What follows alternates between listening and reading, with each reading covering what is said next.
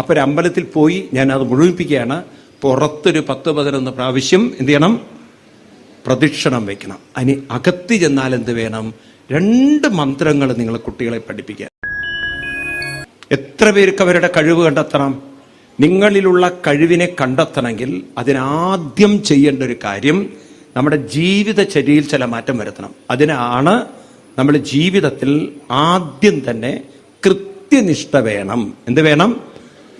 രാവിലെ ഒരു 5 മണിക്ക് മുമ്പ്, ആ സമയത്ത് 5 മണിക്കെങ്കിലും എണീറ്റ് ശീലിക്കണം. അതിനെ പറയാ ബ്രാഹ്മ മുഹൂർത്തം എന്നാ പറയാ. എന്താ പറയാ? കുട്ടികൾ ശ്രദ്ധിക്കുക, അമ്മമാരൊക്കെ ശ്രദ്ധിക്കുക. എന്താ പറയാ? ഈ കാലത്ത് എണീറ്റ് കുളിക്കണം. ഇപ്പൊ കാലത്ത് 5 മണിക്ക് എണീക്കണമെങ്കിൽ രാത്രി നേരത്തെ കിടന്നുറങ്ങണം. ഒരു 10 മണിയാകുമ്പോഴേക്കും കിടന്ന് ശീലിക്കണം. ഞാൻ അമ്മമാരോട് പറയുകയാണ്, നിങ്ങളാണ് കുട്ടികളെ പലപ്പോഴും വഴിതെറ്റിക്കുന്നത്. രാത്രി 10 മണിക്ക് ശേഷം കുട്ടികൾ ഉണർന്നിരിക്കാൻ സമ്മതിക്കരുത്.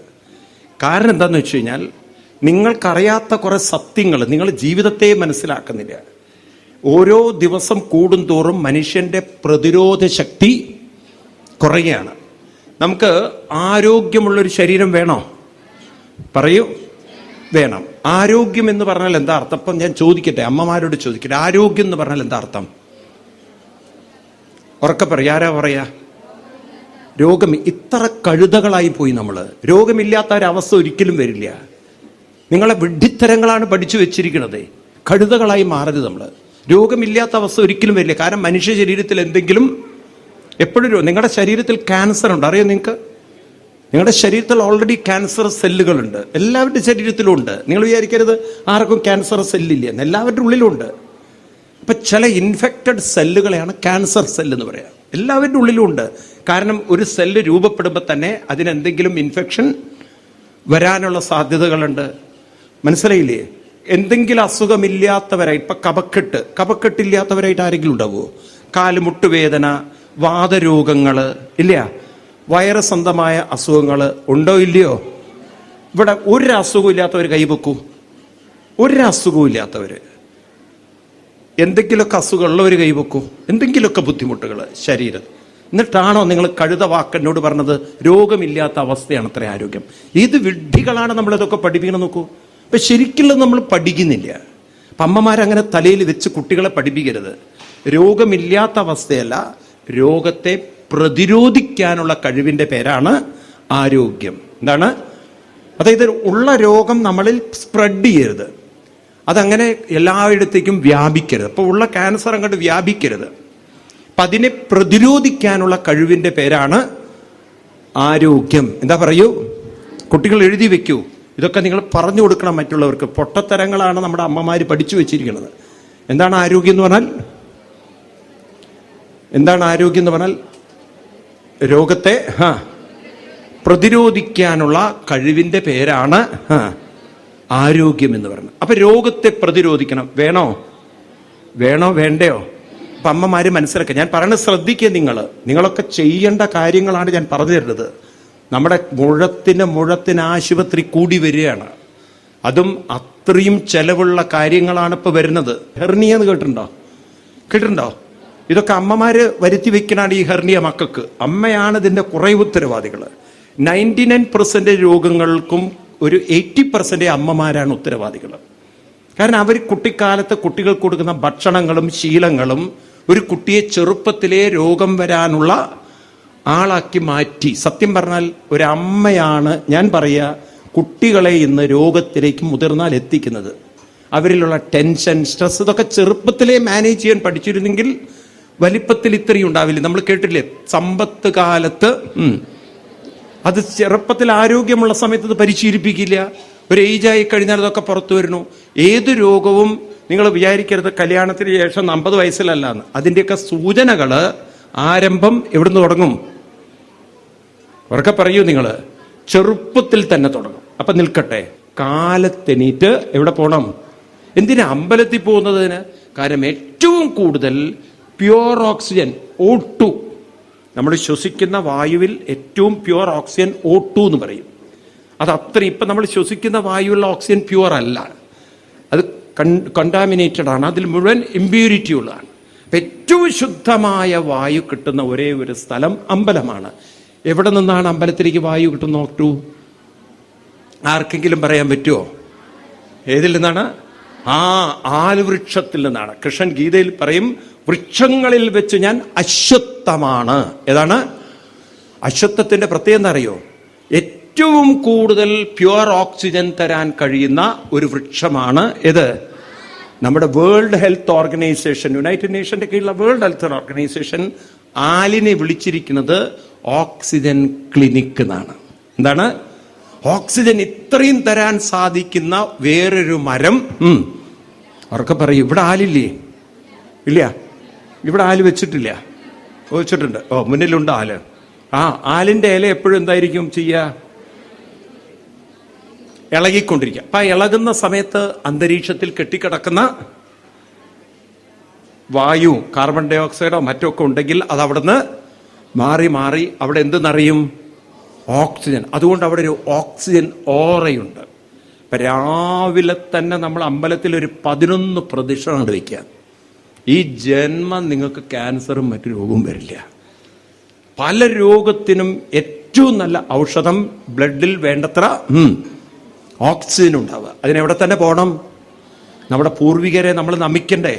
കാരണം എത്ര ചിരപുരാതന കാലം മുതൽക്ക് തന്നെ അവർ വെച്ചിരിക്കുകയാണ്, ആലായാൽ തറ വേണം, അടുത്തൊരമ്പലം വേണം, ആലിനു ചേർന്നൊരു കുളവും വേണം.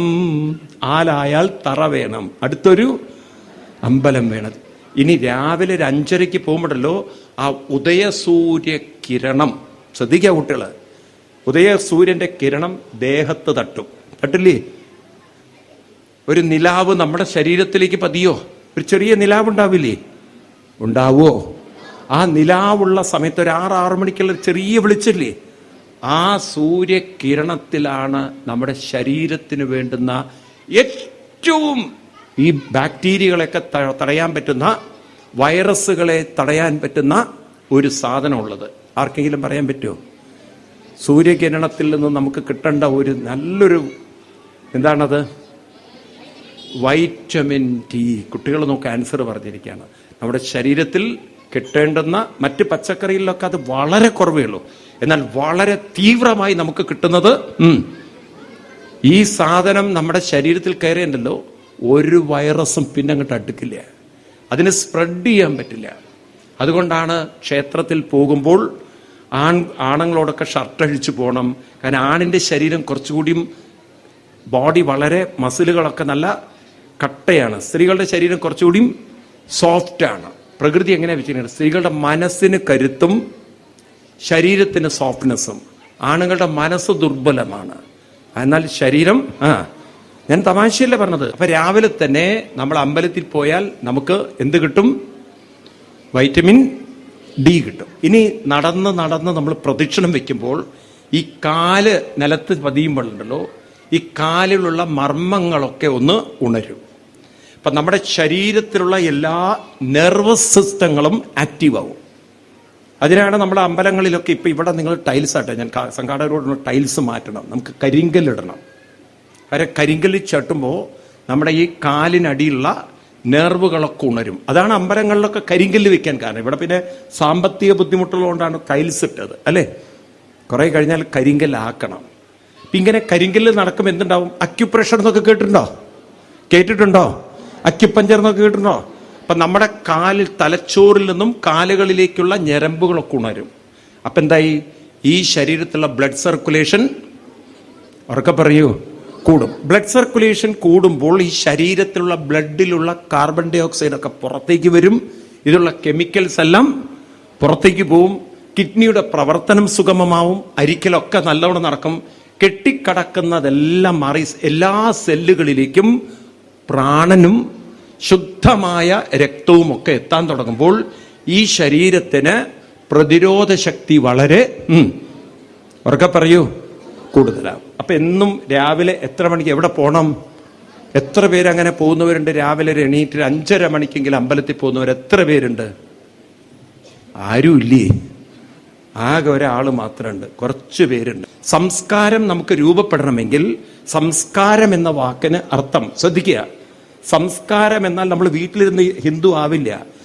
ആചരണത്തിലൂടെ വരുന്നതാണ് സംസ്കാരം. സംസ്കാരം എന്നുള്ള വാക്കിന് കേൾക്കുക, സംസ്കരിച്ച് കിട്ടുന്നതാണ് സംസ്കാരം. സംസ്കരിക്കുക എന്ന് പറഞ്ഞാൽ നമ്മളെ പരിച്ചെടുക്കുക എന്നാണ് അർത്ഥം. ഇപ്പം നിങ്ങൾ പൊടിയൊക്കെ, ഗോതമ്പിൻ്റെ ഒക്കെ പൊടി എന്ത് ചെയ്യും? അരിച്ചെടുക്കും. അത് സംസ്കരിച്ചെടുക്കുക. നമ്മൾ പറയില്ലേ വെളിച്ചെണ്ണ സംസ്കരണ കേന്ദ്രം, കേട്ടിട്ടുണ്ടോ? അങ്ങനെയല്ലേ പറയാ? അങ്ങനെ കേട്ടിട്ടുണ്ടോ? എന്താ പറയാ? വെളിച്ചെണ്ണയെ എന്താ പറയാ? വാക്കെന്താണ്? വെളിച്ചെണ്ണ സംസ്കരണ കേന്ദ്രം, പലതും സംസ്കരിച്ചെടുക്കുന്ന കേന്ദ്രം, കേട്ടില്ല? അങ്ങനെയുണ്ടോ ഒരു ഭാഷ? ഉണ്ടോ? എന്താ അതിനർത്ഥം? സംസ്കരിക്കുക പറഞ്ഞാൽ പൊടി മാറ്റി അരിച്ചെടുക്കുക എന്ന് പറഞ്ഞാൽ അതിലുള്ള അഴുക്കുകൾ മാറ്റി അതിൻ്റെ നല്ല വശം എടുക്കുക. അതല്ലേ സംസ്കരണം? ആണോ? ഇതുപോലെ നമ്മളിലുള്ള നല്ല വശങ്ങളെ ഉണർത്തണമെങ്കിൽ നമ്മളിലുള്ള രോഗഭാഗങ്ങളെ നമ്മൾ കളയണം. അപ്പം രാവിലെ അമ്പലത്തിൽ പോകുന്ന സംസ്കാരത്തിൻ്റെ ഭാഗമാണ്. ആചരണത്തിലൂടെ മാത്രമേ ഏത് വരുള്ളൂ? സംസ്കാരം വരുള്ളൂ. ആചാര പ്രഭവോ ധർമ്മ എന്നാണ്. കുട്ടികൾ എഴുതി വെക്കുക. വെറുതെ ഹിന്ദു ആണ്, ഹിന്ദു സംസ്കാരം എന്ന് പറയരുത്. ആചരിച്ചാൽ മാത്രമേ എന്തു വരുള്ളൂ? എഴുതി വെക്കൂ നിങ്ങൾ. ആചരിച്ചാൽ മാത്രമേ ഏത് വരുള്ളൂ? സംസ്കാരം വരുള്ളൂ. അങ്ങനെ ആചരിക്കുന്നവരുണ്ടോ ഇപ്പോൾ? എന്താ പറയാത്തത് നിങ്ങൾ? ഉണ്ടോ? നമ്മുടെ ഇടയിലുണ്ടോ? കാലത്തെണീറ്റ് അമ്പലത്തിൽ പോകുന്ന സംസ്കാരമുള്ള ആചരണം ഉള്ളവരുണ്ടോ? എന്താ ഒന്നും മിണ്ടാത്തത് നിങ്ങൾ? ഉണ്ടോ? എത്ര പേർക്കുണ്ടോ? കൈപൊക്കു കാണട്ടെ. വളരെ കുറച്ച്. കൂടുതൽ ആളുകളും പോവാത്തവരല്ലേ? കാരണം ഇതൊക്കെ ആചരിക്കാനുള്ളതാണ്. ആചരിക്കേണ്ടവരാണ്. ഗീതയിൽ 3-ാം അധ്യായം 18-ാം, അതിനാണ് ഞാൻ പറഞ്ഞത് ഗീത വായിക്കണം, പഠിക്കണം. കൃഷ്ണൻ അതാ നമ്മളോട് പറഞ്ഞത്. ഗീതയിൽ കൃഷ്ണൻ പറയുന്നുണ്ട്, യദ്യദാചരതി ശ്രേഷ്ഠ, യത് ആചരതി ശ്രേഷ്ഠ. ആരാണ് ശ്രേഷ്ഠന്മാര്? പറയുന്നവരല്ല ശ്രേഷ്ഠന്മാര്. ആരാണ്? അപ്പൊ ആരാണ്? ശ്രദ്ധിക്കൂ, ആരാണ് അച്ഛനമ്മമാര്? ആരാണ് ശരിക്കും അച്ഛനമ്മമാര്? മിണ്ടണില്ല നിങ്ങൾ. ആരാണ് ശരിക്കുള്ള അച്ഛനമ്മമാര്? നിങ്ങളെ അച്ഛനെന്നും അമ്മയെന്നും മക്കൾ വിളിക്കണമെന്നുണ്ടെങ്കിൽ നിങ്ങൾ എങ്ങനെയുള്ളവരായിരിക്കണം? ആചരിക്കുകയും ആചരിപ്പിക്കുകയും ചെയ്യുന്നവരാണ് ആര്? ഉറക്കെ പറയൂ. അല്ലാതെ ഉപദേശിക്കുകയും പഠിപ്പിക്കുകയും ചെയ്യുന്നവരല്ല അച്ഛനമ്മമാര്. ആചരിക്കുകയും ആചരിപ്പിക്കുക. ഗീതയിൽ പറയും യദ്യദാചരതി ശ്രേഷ്ഠ. ആരാ ശ്രേഷ്ഠന്മാര്? പറയൂ. ആചരിച്ചുകൊണ്ട് നമ്മൾ മറ്റുള്ളവരെ പരിശീലിപ്പിക്കുക. എന്താ വേണ്ടത്? ഉപദേശിക്കുന്ന അച്ഛനമ്മമാര് കുട്ടികൾ ഒരിക്കലും അച്ഛ അമ്മ എന്ന് വിളിക്കരുത്. അവരെ ഡാഡി മമ്മി എന്നേ വിളിക്കാവോ. ആരാ ഡാഡി എന്ന്? ഞാൻ അങ്ങനെയാ പറഞ്ഞു കൊടുക്കുക കുട്ടികൾക്ക്. ഒരു ആചരണവും ഇല്ലാത്ത അച്ഛനമ്മമാരെ വിളിക്കേണ്ടത് ഡാഡി മമ്മി. മമ്മി എന്ന് പറഞ്ഞാൽ ശവം എന്നർത്ഥം. ഈജിപ്ഷ്യൻ പണ്ട് കാലം മുതൽക്ക് മമ്മി എന്നുള്ള വാക്ക് കൊടുത്തത് കുട്ടികൾ പഠിച്ചില്ലേ? 5-ലും 6-ലൊക്കെ പഠിച്ചില്ലേ? പഠിച്ചിട്ടുണ്ടോ? എന്ത്?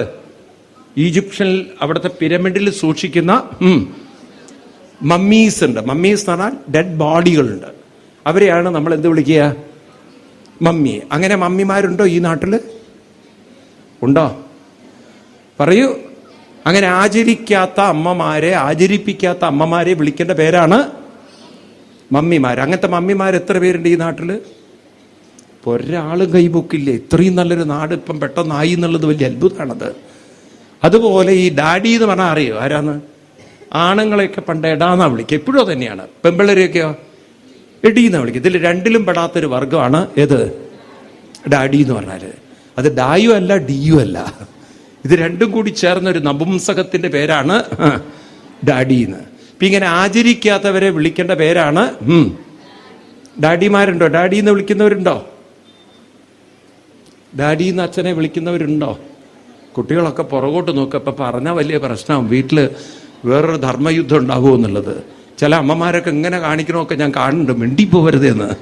ഇവിടുത്തെ എങ്ങാനും മിണ്ടിപ്പോയ സത്യം വെളിപ്പെട്ട് കഴിഞ്ഞാൽ പോയില്ലേ? നാണക്കേടാണത്. ഈ തരത്തിലൊക്കെ സംസ്കാര ശൂന്യമായി പോയി നമ്മൾ. ആണോ അല്ലയോ? നാളെ മുതൽ എൻ്റെ ജീവിതത്തിൽ ഒരു മാറ്റം വരുത്തും എന്ന് പ്രതിജ്ഞ ചെയ്യാൻ കഴിയുന്നവർ എത്ര പേരുണ്ട്? ഞാൻ മാറ്റും. നിങ്ങൾ ജീവിച്ച് മാറ്റിക്കഴിഞ്ഞാലല്ലോ ഒരു സമൂഹത്തിന് പരിവർത്തനം വരികയാണ്, ഒരു കാലം മാറി വരികയാണ്. കാരണം 75 കൊല്ലത്തിന്റെ ഒരു അടിമത്വത്തിൽ നമ്മൾ പുറത്ത് കിടക്കണം. വേണോ?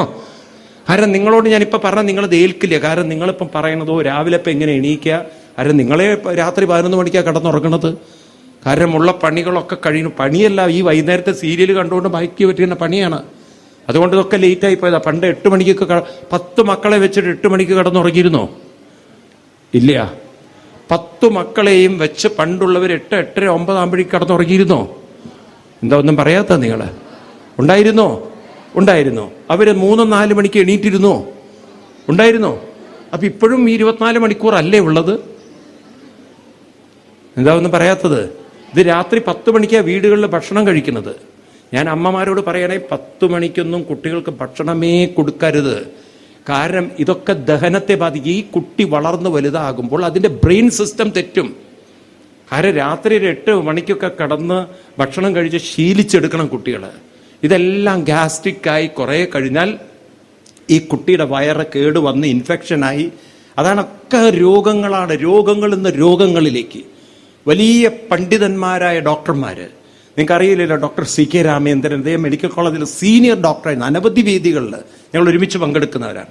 ഡോക്ടർ ഗംഗാധരൻ നമുക്കറിയാം, ഗംഗാധർജി എന്ന് പറഞ്ഞാൽ ഇന്ന് ക്യാൻസറിന്റെ കൺകണ്ട ദൈവമാണ്. എത്ര വേദികളാണ്, എത്ര വേദികളാണ്. ഇവർക്കൊക്കെ പറയാനുള്ള ഒരൊറ്റ കാര്യമുള്ളൂ, ജീവിത രീതിയും ആഹാര രീതിയും മാറ്റാതെ രോഗത്തിൽ നിന്നും പറയൂ മാറാൻ പറ്റില്ലേ നിങ്ങൾക്ക്? മരുന്നല്ല രോഗം. നിങ്ങൾക്കറിയാം, ലോകത്തിലെ വളരെ പ്രസിദ്ധനായ ഡോക്ടർ, സുപ്രസിദ്ധനായ ഡോക്ടർ, അത് എഴുതിയൊരു പുസ്തകത്തിന്റെ പേര് മെഡിസിൻ ഈസ് ഡിസീസ് എന്നാണ്. രോഗത്തിന്റെ കാരണം മരുന്നാണെന്ന്. ആദ്യം മരുന്ന് നിർത്തിവെക്കുക. മരുന്നല്ല പരിഹാരം, ജീവിത രീതികൾ മാറ്റുന്നതാണ് പരിഹാരം. ആണോ? പറയൂ നിങ്ങൾ. ഇപ്പൊ കുട്ടികളെ അങ്ങനെ പഠിപ്പിക്കണം, മരുന്ന് കഴിച്ചിട്ടല്ല രോഗം മാറ്റേണ്ടത്. അതെങ്ങനെ ശീലിച്ചു കഴിഞ്ഞാൽ ആ കിഡ്നി ബാധിക്കും. ആ കുട്ടി 60-ാമത്തെ വയസ്സിൽ ഡയാലിസിസിന് പോണ്ടി വരും. ചെറുപ്പത്തിലെ കണ്ടമാനം മരുന്ന് കുട്ടികൾക്ക് കൊടുത്താൽ എന്തൊരു ക്രൂരതയാണ് കേരളത്തിൽ. നിങ്ങൾ നോക്ക്, എല്ലാ ഡിസ്ട്രിബ്യൂട്ടേഴ്സിനോട് ചോദിച്ചു നോക്കൂ. ഓൾ ഇന്ത്യ മെഡിസിൻ ഡിസ്ട്രിബ്യൂട്ട് ചെയ്യുന്ന ഒരാളെ എനിക്ക് പരിചയമുണ്ട്. അവർ പറയണത് കേരളത്തിൽ 3 കോടി ജനങ്ങളാണ്, 21 കോടി ജനങ്ങളാണ് UP. ആ 21 കോടി ജനങ്ങൾക്ക് ഡിസ്ട്രിബ്യൂട്ട് ചെയ്യാത്ത മരുന്നാണ് കേരളത്തിൽ അവർ ഫാർമ കമ്പനി ഡിസ്ട്രിബ്യൂട്ട് ചെയ്യണം. അറിയൂ നിങ്ങൾക്ക്? നിങ്ങളാണ് അതിന് കാരണം. നിങ്ങൾ ഓരോരുത്തരുമാണ് കാരണം. നിങ്ങൾ നന്നാവുന്നില്ല. ശരിയല്ലേ ഞാൻ പറഞ്ഞത്? എന്താ ഒന്നും മിണ്ടാത്തത് നിങ്ങൾ? എന്താ മിണ്ടാത്തത്? ശരിയാണോ? ഇപ്പൊ കാലത്ത് നേരത്തെ എണീക്കണം. നിങ്ങൾ രാവിലെ കാലത്ത് എണീക്കുക എന്ന് പറഞ്ഞാൽ നിങ്ങൾ എണീക്കുന്നുണ്ട്, പക്ഷെ നിങ്ങൾക്ക് ഉറക്കം മതിയാവുന്നില്ല. രാത്രി 11 മണിക്ക് കിടന്നുറങ്ങിയ എവിടെ ഉറക്കം മതിയാവുക? അപ്പൊ എന്ത് ചെയ്യണം? കാര്യങ്ങളെല്ലാം കുറച്ചുകൂടി പറയൂ. അതിനാ ഒടുക്കത്തെ പെട്ടി കാണരുത്. ഏത് സാധനം? ഇവിടെ ഇരിക്കുന്ന ആണുങ്ങളോടൊക്കെ എനിക്ക് പറയാനുള്ള, ആ പെട്ടി കളയൂ വീട്ടിൽ നിന്ന്. അത് കളയൂ നിങ്ങൾ. അത് കണ്ടു. സത്യം പറയും, ഞാൻ എൻ്റെ ജീവിതത്തിൽ TV കാണാത്തൊരു മനുഷ്യനാണ് ഇത്രയും കാലം. അപ്പം ഞാൻ നോക്കും, അപ്ഡേറ്റഡ് ആയിട്ടുള്ള നിങ്ങളോട് കാര്യം പറയണത്, ഇന്ന് വരെയുള്ള ന്യൂസുകൾ അപ്ഡേറ്റ് ചെയ്യുന്ന ആളാണ് ഞാൻ. എൻ്റെ തലയിൽ അത് കയറാൻ എനിക്ക് ബുദ്ധിമുട്ടില്ല. എനിക്കതിന് TV ആണ്. നമുക്ക് മൊബൈലിൽ ന്യൂസ് ഫ്ലാഷ് ചെയ്ത് കിട്ടുന്നുണ്ടല്ലോ, ധാരാളം മതി. ന്യൂസ് പേപ്പർ പോലും ഞാൻ വായിക്കാറില്ല, എനിക്ക് സമയമില്ല. ഒന്നാമത് മനസ്സിലാവുണ്ടോ ഞാൻ പറയുന്നത്? മനസ്സിലാവുന്നുണ്ടോ? അപ്പൊ നമുക്ക് ജീവിത രീതിയിൽ മാറ്റം വരുത്തണം. തയ്യാറാണോ? എത്ര പേര് തീരുമാനിച്ചു രാവിലെ എണീറ്റ്? എനിക്ക് വേണ്ടിയിട്ടല്ല, നിങ്ങൾക്ക് വേണ്ടിയിട്ട്. കാലത്ത് 5:30 എന്നൊരു സമയം, 5 മണിയാകുമ്പോഴേക്കും എണീറ്റ് കുളിച്ച് 5:30 ആകുമ്പോഴേക്കും എവിടെ പോകണം? ഒരു 11 വട്ടം എന്ത് ചെയ്യണം? പ്രദക്ഷിണം വെക്കണം. എന്ത് ചെയ്യണം? പ്രദക്ഷിണം. ഇനി രണ്ടാമത്തെ കാര്യം, നമുക്ക് ശരീരത്തിന് മാത്രമല്ല പ്രതിരോധം വേണ്ടത്, മനസ്സിനും പ്രതിരോധം വേണം. ഇനി മനസ്സെന്ന് പറഞ്ഞാൽ എന്താ അർത്ഥം? ചിന്തിക്കുക. നമ്മുടെ കുട്ടികൾ എഴുതി വെക്കണം. മനുഷ്യന്റെ തലയിൽ മനുഷ്യന്റെ മനസ്സെന്ന് പറയുന്നത് പ്രധാനമായി 4 ഭാഗങ്ങളാണ്. എത്ര ഭാഗം? ഇതൊന്നും ആരും കണ്ടെത്തിയില്ല, നമ്മുടെ ഋഷിവര്യന്മാരാ കണ്ടെത്തിയത്. ഇതിന് പറയാം മനോബുദ്ധി ചിത്തം അഹങ്കാരം എന്നാണ്. എന്താണ്? ചിത്തമഹങ്കാരം. ഒന്ന് പറയൂ എല്ലാവരും. മനോബുദ്ധി ചിത്തമഹങ്കാരം. പറയൂ. മനോബുദ്ധി ചിത്തമഹങ്കാരം. ഉറക്കെ പറയൂ. ഇതാദ്യമായി കേൾക്കുന്നവർ എത്ര പേരുണ്ട്? ഇതൊക്കെ ആദ്യമായിട്ട് കേൾക്കുന്നവര്, ജീവിതത്തിൽ തന്നെ ആദ്യമാണ് അങ്ങനെയൊക്കെ. ഈ 26 കൊല്ലം സപ്താഹത്തിൽ ഇങ്ങനത്തെ ഒന്നും പറയാറില്ല. എന്തിനാണ് ഈ ആചാര്യന്മാർ ഈ സപ്താഹം നടത്തുന്നത് എനിക്കറിയില്ല.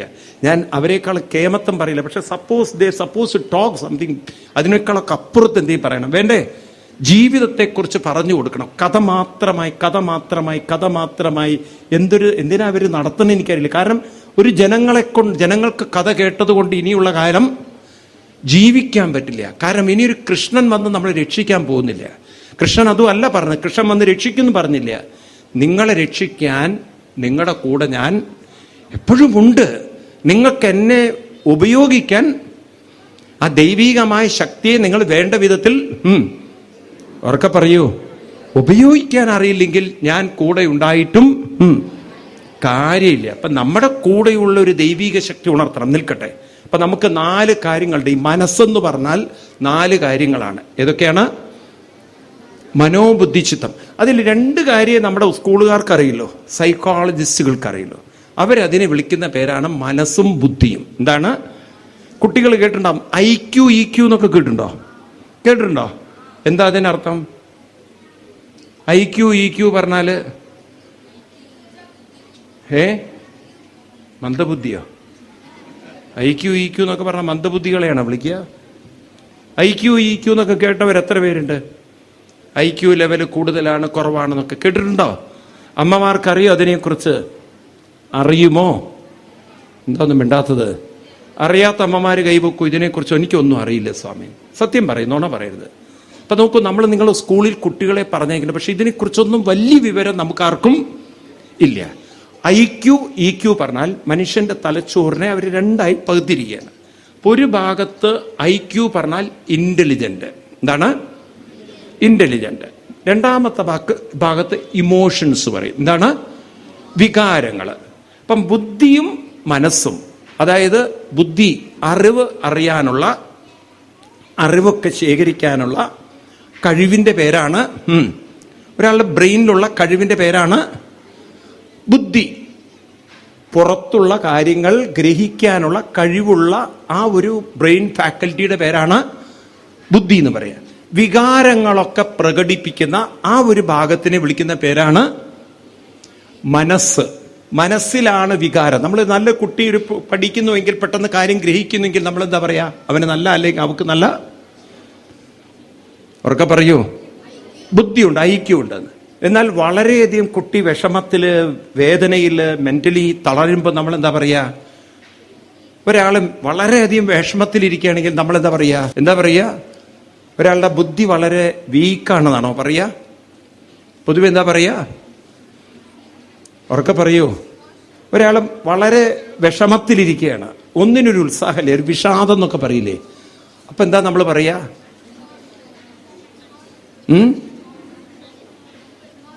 ഇമോഷണൽ, വളരെ ഇമോഷണൽ ആണ് പറയില്ലേ? അതായത് മനസ്സ് പറയും. ഇമോഷൻ എപ്പോഴും ഏതായിട്ട് ബന്ധപ്പെട്ടതാണ്.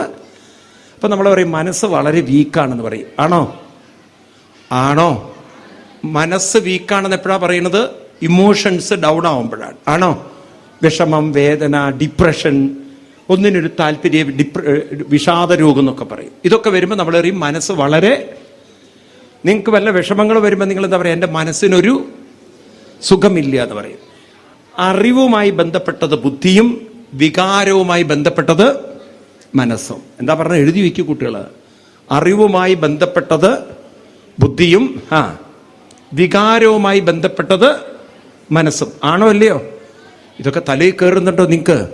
ഇതൊക്കെ ഭാരതത്തിലെ ഋഷിവര്യന്മാർ, ഗീതയിൽ കൃഷ്ണൻ പറയുന്നുണ്ട്, മയ്യേവ മന ആദസ്വ മയി ബുദ്ധിം നിവേശയ. മനസ്സിനെ കുറിച്ചും ബുദ്ധിയെക്കുറിച്ചും 5000 വർഷം മുമ്പ്. അതിനുശേഷമാണ് ഈ നമുക്ക് സിഗ്മണ്ട് ഫ്രോയിഡും അതുപോലെ തന്നെ പ്ലാങ്കും തുടങ്ങിയിട്ടുള്ള അനവധി സൈക്കോളജിസ്റ്റുകൾ, സൈക്കാട്രിസ്റ്റുകൾ അതിനെക്കുറിച്ചൊക്കെ വല്ലതും പഠിച്ചിട്ടുള്ളത്. അപ്പൊ അവരൊക്കെ വെസ്റ്റേൺ ആളുകളൊക്കെ ജനിക്കുന്നതിന് മുമ്പ് കൃഷ്ണൻ അറിയാമായിരുന്നു മനസ്സിനെ കുറിച്ചും അവർക്ക് പറയൂ ബുദ്ധിയെക്കുറിച്ചും. അപ്പൊ നമ്മുടെ ബുദ്ധിക്ക് ഗ്രാസ്പിംഗ് പവർ വേണം. വേണോ? ഇതുപോലെ ഉള്ളിലുള്ള കഴിവിനെ കണ്ടെത്തണം. വേണം. ഇതുപോലെ നമ്മുടെ വികാരങ്ങൾ, നല്ല വികാരങ്ങൾ പുറത്തു വരണം. വേണ്ടാത്ത വികാരങ്ങളെ നിയന്ത്രിക്കാനുള്ള കഴിവും വേണം. മറ്റുള്ളവർക്ക് നമ്മളെ ഒരിക്കലും ഇമോഷണലി ഡൗൺ ആക്കാൻ ഒരിക്കലും പാടില്ല. അപ്പൊ അവനവന്റെ കൂടെ ഉണ്ടാവുന്നത് മറ്റുള്ളവരല്ല, അവനവന്റെ ഒരു ആത്മബലം വേണം. വേണ്ടേ? ശ്രീമദ് ഭാഗവതം ഏകാദശ സ്കന്ധം തുടങ്ങുന്നത് അറിയോ? ആദ്യം തന്നെ പറയുന്നത് മന്യേ അകുതശ്ചിൽ ഭയം അച്യുതസ്യ പാദാംബുജോപാസനമത്ര നിത്യം ഉദ്ദിഗ്ന ബുദ്ധേ രസതാത്മഭാവാൽ വിശ്വാത്മന യത്ര നിവർത്തതേ ബി. നാരായണീയം കേട്ടിട്ടുണ്ടോ ആരെങ്കിലും? നാരായണീയം എന്നൊരു കൃതി കേട്ടിട്ടുണ്ടോ? കേട്ടിട്ടുണ്ടോ? അറിയുന്നവരാരെങ്കിലും ഉണ്ടോ? ഉണ്ടോ? നാരായണീയം എന്നൊരു കൃതി ആരെങ്കിലും കേട്ടിട്ടുണ്ടോ? എവിടെ കേട്ടിട്ടുണ്ട്? അപ്പുറത്തെ മാളുകുട്ടിയമ്മയുടെ കയ്യിലുണ്ട് എന്നല്ല പറയേണ്ടത്. എത്ര പേര് അത് കേട്ടിട്ടുണ്ട്? ഒന്ന് കൈവക്കൂ. ഇപ്പൊ നാരായണീയം ധാരാളം നടക്കുന്നുണ്ട്. ഉണ്ടോ? ഈ അമ്പലത്തിലുണ്ടോ മാതൃസമിതി നാരായണീയം വായിക്കുമോ? ഉണ്ടോ? നന്നായി. നാരായണീയം വളരെയധികം പ്രചരിക്കപ്പെടുകയാണ്. അപ്പൊ അതിൽ ഭട്ടതിരിപ്പാട് എഴുതി വെച്ചിരിക്കുകയാണ് നാരായണീയത്തില്.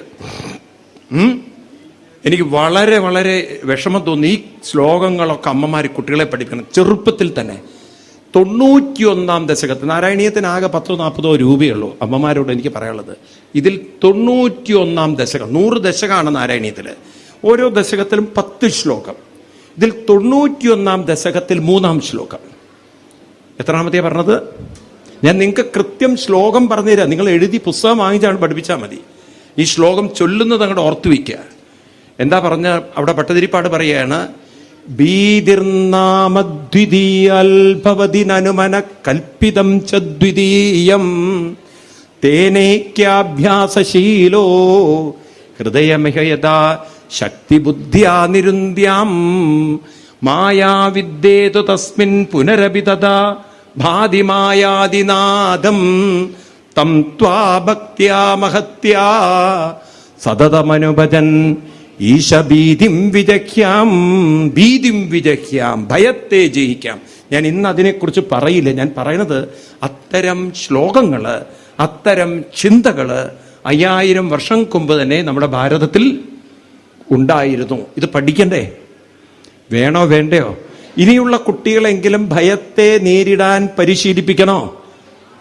പറയൂ നിങ്ങള്. കാലത്തെണീറ്റ് അമ്പലത്തിൽ വരുന്ന ഒരു കൾച്ചർ ആര് തുടങ്ങി വെക്കണം? അമ്മമാരും അച്ഛന്മാരും തുടങ്ങി വെക്കണം. അതുകൊണ്ടാണ് ഇന്ന് മക്കൾക്ക് അച്ഛനമ്മമാരെ ബഹുമാനമില്ലാത്തത്. ഒരു വിലയില്ലല്ലോ പ്രായമായി കഴിഞ്ഞാൽ. മനസ്സിലാവുണ്ടോ? ഒരു കാരണവരോട് ചോദിച്ച ഒരു വീഡിയോ ആരോ എനിക്ക് അയച്ചു തരുമായിരുന്നു. 2 മക്കളാണ്. മക്കളൊക്കെ എവിടെയാണ്? കാരണവർക്ക് ചെവി കേൾക്കില്ല. ഒരുത്തൻ അമേരിക്കയിലും ഒരുത്തൻ നാട്ടിലും ബാംഗ്ലൂരിലൊക്കെ ഉണ്ട്. മക്കളൊക്കെ വല്ലതും തരുമോ? മൂത്തവനൊന്നും തരാറില്ല. എന്നാൽ രണ്ടാമത്തവൻ വല്ലതും തരുമോന്ന്. അവൻ ഇടയ്ക്കിടയ്ക്ക് വരും, എനിക്ക് തരണം എന്നുണ്ട്, പക്ഷെ കൊള്ളാതെ ഞാൻ നോക്കാറുണ്ടെന്ന്. മനസ്സിലായില്ലേ? ഈ കയ്യിലിരിപ്പുള്ള അച്ഛനമ്മമാർ മക്കളാണപ്പം അച്ഛനമ്മമാരായിപ്പോയി നിങ്ങൾ. മക്കൾക്ക് കുറെ കഴിഞ്ഞാൽ തരാനല്ല തോന്നുന്നത്, ശരിക്കും തരാനാ തോന്നുന്നത്. ആരാക്കിയെടുത്തത്? കാരണം ചെറുപ്പകാലങ്ങളിൽ തന്നെ കുട്ടികൾക്ക് ഒരു കൾച്ചർ കൊടുത്താൽ അവർക്ക് നിങ്ങളോടുള്ള ബഹുമാനം ഒരിക്കലും പറയൂ. അമ്മമാരോട് എനിക്ക് പറയാനുള്ളത്, നിങ്ങൾ എത്ര ട്യൂഷന് പറഞ്ഞയച്ചാലും എത്ര സ്കൂളിൽ പറഞ്ഞയച്ചാലും അതൊക്കെ മറന്നുപോകും. എന്നാൽ സംസ്കാരം ഒരിക്കലും മറക്കില്ല. സംസ്കാരത്തിന് അത്ര ഒരു പ്രത്യേകത ഉണ്ട്. മനസ്സിലാവുണ്ടോ? ആ ഒരു സംസ്കാരം നിങ്ങൾക്ക് വാർത്തെടുക്കാൻ സാധിച്ചില്ലെങ്കിൽ ഒരമ്മ അച്ഛൻ എന്ന നിലയിൽ നിങ്ങളൊരു പരാജയമാണ്. നിങ്ങൾ സത്യം പറഞ്ഞാൽ ആ ഒരു അമ്മ അച്ഛൻ എന്ന വിളിക്ക് അവർക്ക് പറയൂ, നിങ്ങൾ അർഹരല്ല. സത്യം പറയേ, നുണ പറയല്ല. ഞാൻ പറഞ്ഞല്ല, ഭാഗവതത്തിലെ വരികളാണ് നിങ്ങൾക്ക് പറഞ്ഞിരുന്നത്. ഗുരു നനസ്യാൽ 5-ാം സ്കന്ധം, ഭാഗവതത്തിലെ 12 സ്കന്ധത്തിൽ 5-ാം സ്കന്ധം, ഭാഗവത പുസ്തകം എടുത്ത് പഠിക്കണം നിങ്ങൾ. 5-ാം സ്കന്ധത്തിൽ 5-ാം അധ്യായത്തിൽ 18-ാമത് ശ്ലോകം. ഭാഗവതം ഉള്ളവർക്ക് വേണമെങ്കിൽ നോക്കാൻ, ഞാൻ പറയണുണ്ടോന്ന്. ഗുരു നനസ്യൽ സ്വജനോ നനസ്യൽ പിതാനനസ്യൽ ജനനീ നനസ്യൽ ന ദൈവം ന തസ്യാൽ ന പതിശ്ച സസ്യൽ ന മോചയേത സമുപേദ മൃത്യും. ആ ഗുരു ഗുരുവല്ല, ആ അച്ഛൻ അച്ഛനല്ല, ആ അമ്മ പറയൂ അമ്മയല്ല. ഏതച്ഛനും അമ്മയും ന മോചയേത സമുപേദ മൃത്യും. ഭയത്തിൽ നിന്നും ദുഃഖത്തിൽ നിന്നും കുട്ടികളുടെ മനസ്സിനെ കരകയറ്റാനുള്ള വഴി കാണിച്ചു കൊടുക്കാൻ അച്ഛനും അമ്മയ്ക്കും പറ്റിയിട്ടില്ല എങ്കിൽ ആ അച്ഛനും അമ്മയൊന്നും അച്ഛനമ്മ എന്ന വിളിക്ക് അവർക്ക് പറയൂ അർഹരല്ല. അവരൊന്നും അച്ഛനമ്മ എന്ന് വിളിച്ചില്ലെങ്കിലും പാപമൊന്നുമില്ല എന്നുള്ളതാണ്. അങ്ങനെയുള്ള അച്ഛനമ്മമാരെ നോക്കിയിട്ടില്ലെങ്കിലും ആ മക്കൾക്കൊരു പാപം കിട്ടില്ല എന്നുള്ളതാണ്.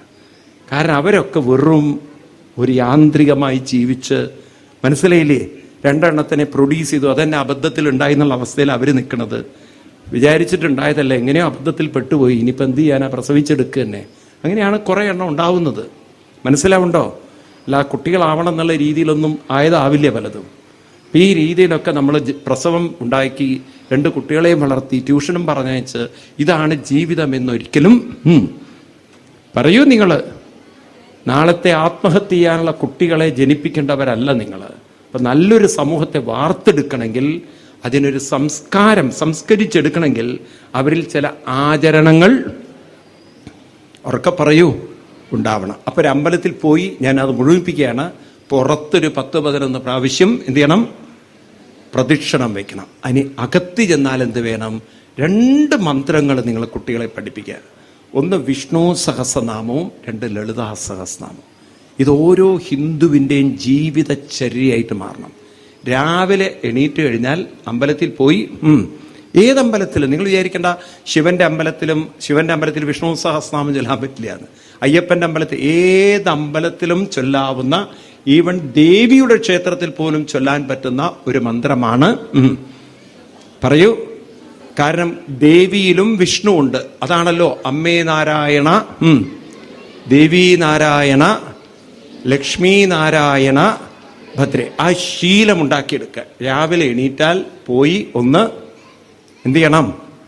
വിഷ്ണു സഹസ്രനാമം ചൊല്ലി. ഇനിയിപ്പോൾ അത്രയും പറ്റിയില്ലെങ്കിൽ ഒരു 10-21 പ്രാവശ്യം എന്തെങ്കിലും ഒരു മന്ത്രം ചൊല്ല. അതും ഓങ്കാരത്തോടുകൂടി, ഓം എന്ന് നീട്ടി ജപിച്ചുകൊണ്ട്. എല്ലാവരും നിവർന്നിരിക്കും, നട്ടെല്ല് നിവർന്നിരിക്കും.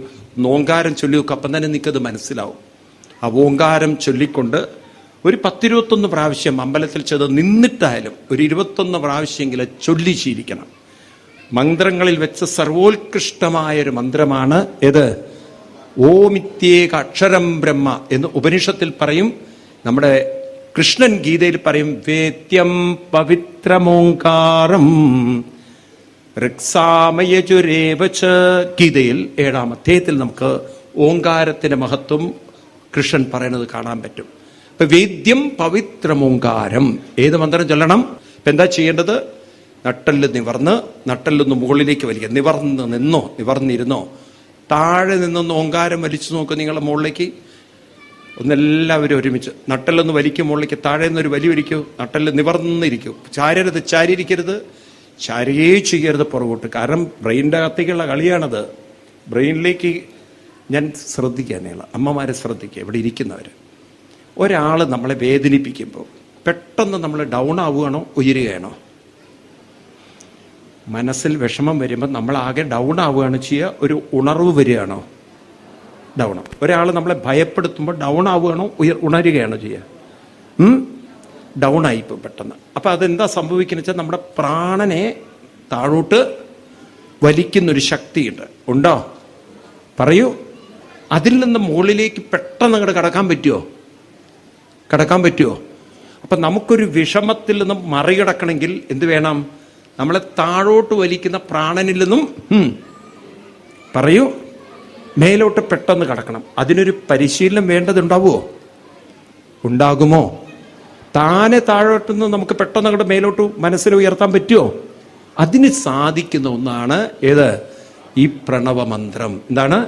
പ്രണവം. അപ്പൊ അങ്ങനെ ചൊല്ലാൻ നമുക്ക് നട്ടെല്ല് നിവർന്നിരിക്കുക. എന്താ വെച്ചാൽ ആ പ്രാണനെ നിങ്ങൾ നട്ടെല്ല് നിവരുമ്പോൾ തന്നെ നിങ്ങളിലേക്ക് നോക്കൂ. ഈ പ്രാണൻ എങ്ങോട്ടാ മൂവ് ചെയ്യുന്നത്?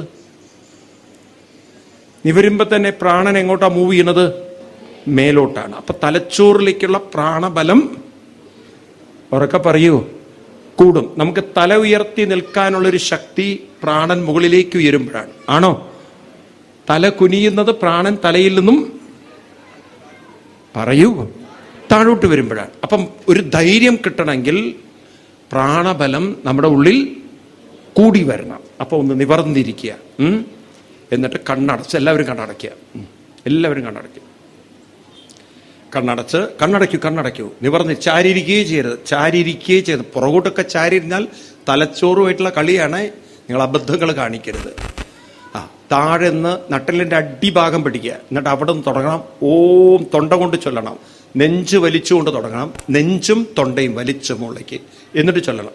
വായ കൊണ്ട് ചൊല്ലരുത്. നെഞ്ച് തൊണ്ട അവിടെ നിന്ന് പിടിക്കണം.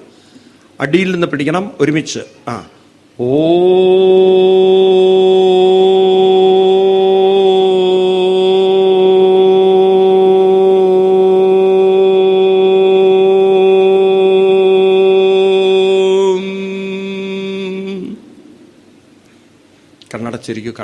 കണ്ണടച്ചിരിക്കും. കണ്ണു തുറക്കുക.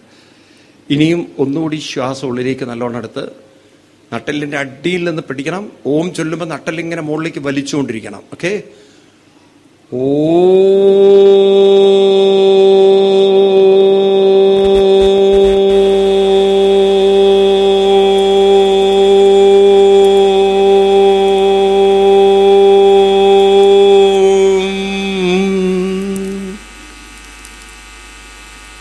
ശ്വാസം എടുക്കുക. ഒന്നുകൂടി നട്ടല് താഴെ നിന്ന് വലിച്ചൊന്നുകൂടി ചൊല്ലു. ഉറക്കെ തൊണ്ട കൊണ്ട് ചൊല്ലു. നല്ലവണ്ണം നെഞ്ചൊന്ന് മുകളിലേക്ക് വലിക്കുക. തൊണ്ടയെന്ന് അമർത്തിക്കൊണ്ട് തൊണ്ടയുടെ ഭാഗത്ത് നിന്ന് ശബ്ദം വരട്ടെ. ഓ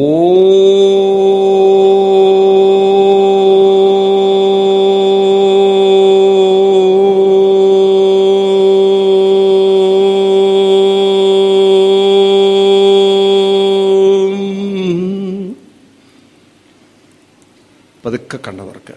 എങ്ങോട്ടാണ് നമ്മുടെ ഊർജം ഉണരുന്നത്? എങ്ങോട്ടാണ്? അപ്പം നമ്മുടെ തലയ്ക്കകത്തുള്ള ശക്തി, നമ്മുടെ തലയ്ക്കകത്തുള്ള പ്രാണബലം കൂടുകയോ കുറയോ? ഇങ്ങനെ നിരന്തരം പ്രാക്ടീസ് ചെയ്തല്ലോ. ഒന്ന് ഡൗൺ ആകുമ്പോൾ തന്നെ പെട്ടെന്ന് നമുക്ക് മനസ്സിനെ ഉണർത്താൻ സാധിക്കും. വേണോ വേണ്ടയോ? അമ്പലത്തിൽ ചെന്ന് ഉള്ളിൽ ചെന്നാൽ നമ്മളങ്ങനെ ഓങ്കാരം ചൊല്ലി നിങ്ങൾ ആ വിഗ്രഹത്തിലേക്ക് നോക്കിയാൽ കുറേ കഴിഞ്ഞ വിഗ്രഹം കാണില്ല. നിങ്ങൾക്ക് കാണാൻ പറ്റുന്ന കാഴ്ചകളൊക്കെ വ്യത്യസ്തമായിരിക്കും. ഇപ്പം നമ്മൾ വെറും വിഗ്രഹമാണ് കാണുന്നത്. മനസ്സിലായില്ലേ? കുറൂരമ്മകൃഷ്ണനെ കണ്ടു, വില്ലുമംഗലം കണ്ടു എന്നൊക്കെ പറയുന്ന പോലെ നമുക്കും ചില ദിവ്യമായ അനുഭൂതികളുണ്ടാവും. നിങ്ങൾക്ക് അവിടെ ചെല്ലുമ്പോൾ ഉണ്ടാകുന്ന അനുഭൂതി അത് വർണ്ണിക്കാൻ പറയൂ സാധ്യമല്ല. അതുകൊണ്ടാണ് നമ്മളെല്ലാവരും അമ്പലത്തിൽ പോയാലും ഒരേ അനുഭൂതിയല്ല എല്ലാവർക്കും. ചിലർക്ക് വ്യത്യസ്ത അനുഭവങ്ങളാണ്. മനസ്സിലാവുണ്ടോ? അത് കിട്ടണമെങ്കിൽ നമ്മുടെ മനസ്സിനെ നമ്മൾ അത്രയും ഉണർത്തി വരുമ്പോഴാണ് നമ്മുടെ കാഴ്ച തന്നെ വളരെ വ്യത്യസ്തമായി മാറുന്നത്. ഇപ്പോൾ ഒരു അമ്പലത്തിൽ ചെന്ന് പിന്നെ നിങ്ങൾ ഏതെങ്കിലും അയ്യപ്പനാണെങ്കിൽ അയ്യപ്പൻ്റെ, കൃഷ്ണനാണെങ്കിൽ ഹരേ രാമ ഒരു 10-21 പ്രാവശ്യം അവിടെയൊക്കെ ചൊല്ലി ഒരു 11 വട്ടം പുറത്ത് പ്രദക്ഷിണം വെക്കുക. ഒരു 10-21 പ്രാവശ്യം നാമം എവിടെ ചൊല്ലുക? അമ്പലത്തിനകത്ത്. ഇത് മാത്രം ചെയ്തു പോന്നു നോക്കൂ. നമുക്കൊരു വലിയൊരു അനുഗ്രഹം നമുക്ക് കാണാൻ സാധിക്കും. നമ്മുടെ ജീവിതത്തിൽ തന്നെ ഒരു വലിയൊരു പരിവർത്തനം നമുക്കുണ്ടാക്കിയെടുക്കാൻ സാധിക്കും. അതാണ് ജീവിതത്തിൻ്റെ മഹാഭാഗ്യം.